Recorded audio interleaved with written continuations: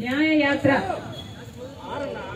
ఉద్దేశము మన భారతదేశంలో మన హక్కుల కోసం కొట్లాడాల్సిన అవసరం వచ్చింది కాబట్టి భారత పౌరుల హక్కులు కూడా వాళ్ళకి అందటం లేదు కాబట్టి భారతదేశ పౌరుల హక్కుల కోసం కొట్లాడే దిశగా రాహుల్ గాంధీ గారు భారత్ జోడో న్యాయ యాత్ర మొదలుపెట్టారు.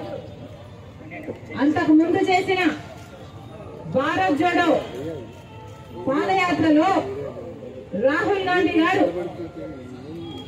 4000 కిలోమీటర్లు పైగా పాదయాత్ర చేస్తే అడుగున ఎక్కడ వీలైతే అక్కడ కాంగ్రెస్ పార్టీకి వ్యతిరేకంగా ఉన్న ప్రభుత్వాలు అయితేనేమి బీజేపీ అయితేనేమి దాడులు చేశారు.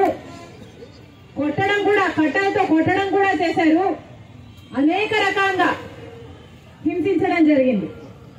నిన్న అస్సాంలో రాహుల్ గాంధీ గారు స్వయంగా భారత్ జోడో న్యాయ యాత్ర చేస్తుండగా హఠాత్తుగా బీజేపీ గుండాలు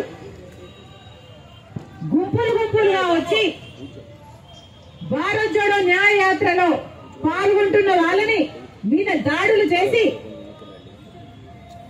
వాళ్ళను గాయపరచడం జరిగింది. ఎందుకు ఇలా చేస్తున్నారు అని రాహుల్ గాంధీ గారే స్వయంగా దిగి వాళ్ళని ఎదిరిస్తే రాహుల్ గాంధీ గారికి కూడా ప్రమాదం తలపెట్టే ప్రయత్నం చేసి ఆఖరికి పెద్ద గొడవై నిన్న అస్సాంలో ఈ విషయం జరిగితే అస్సాంలో ఉన్నది బీజేపీ పార్టీకి చెందిన ముఖ్యమంత్రి. మరి ఇప్పుడు బీజేపీ పార్టీ అధికారంలో ఉన్న రాష్ట్రంలో కనీసం ప్రశాంతంగా శాంతియుతంగా ప్రజల కోసం చేపట్టిన ఒక యాత్రని కూడా చేయనీయకపోతే దీన్ని ప్రజాస్వామ్యం అంటారా అని మోడీ గారిని ప్రశ్నిస్తున్నాం. మోడీ గారు సమాధానం చెప్పాలి. ఈ రాష్ట్రంలో ప్రజలందరూ ఉన్నారా, లేకపోతే కేవలం బీజేపీ పార్టీ కార్యకర్తలు, బీజేపీ పార్టీకి చెందిన నాయకులు, ఆర్ఎస్ఎస్, బీహెచ్పీ ఇలాంటివి మీకు మాత్రమే చెందిన వాళ్ళు ఈ దేశంలో ఉన్నారని అడుగుతున్నా. మోడీ గారు దేశ ప్రజలకు సమాధానం చెప్పాల్సిన అవసరం ఉంది.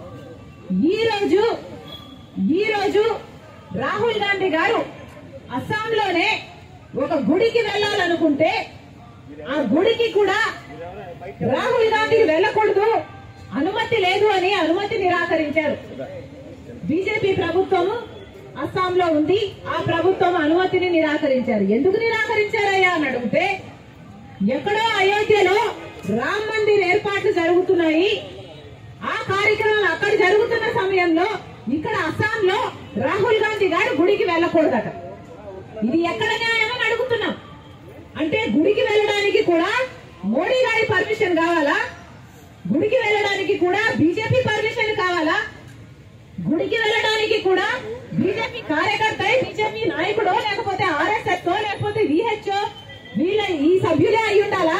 సామాన్య ప్రజలకు కనీసం గుడికి వెళ్లే హక్కు లేదా అని అడుగుతున్నాం.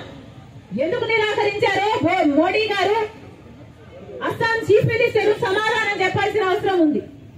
ఇలా అడుగడుగున నిరంకుశ పాలన, ప్రతి చోట ఎక్కడ వీలైతే అక్కడ ఎలా మిగతా ప్రజల్ని, మిగతా పార్టీలను ఎలా తొక్కగలిగితే అలా ఇంత నీచమైన పరిపాలన చేస్తుంటే దీని డెమోక్రసీ అని ఎలా అంటారు? ఇది ప్రజాస్వామ్యం అని ఎలా అనుకోమంటారో మోడీ గారు సమాధానం చెప్పాలి. జరిగిన ఈ దాడులకు నిరసనగా మహాత్మా గాంధీ గారి విగ్రహం దగ్గర కాంగ్రెస్ పార్టీ ఈ ధర్నా చేపట్టడం జరిగింది. ఈ నిరంకుశ పాలన ఆగాలి, ఇది ప్రజాస్వామ్యం అని బీజేపీ పార్టీ మోడీ గారు గుర్తుపెట్టుకోవాలి. ప్రజాస్వామ్యంలో శాంతియుతంగా చేస్తున్న ఏ కార్యక్రమైనా ప్రతిపక్షాలు మరొకసారి మోడీని హెచ్చరిస్తున్నాం. ఎలక్షన్ల సమయము ప్రజలు గమనిస్తున్నారు. మీ నిరంకుశ పాలన మీరు ఆపకపోతే ప్రజలు మీకు బుద్ధి చెప్పే సమయం వచ్చిందని మోడీ గారు చెప్పుకోవడం అన్నది ప్రజాస్వామ్యంలో ఎవరు సహించని విషయం. కనుక బీజేపీ పార్టీ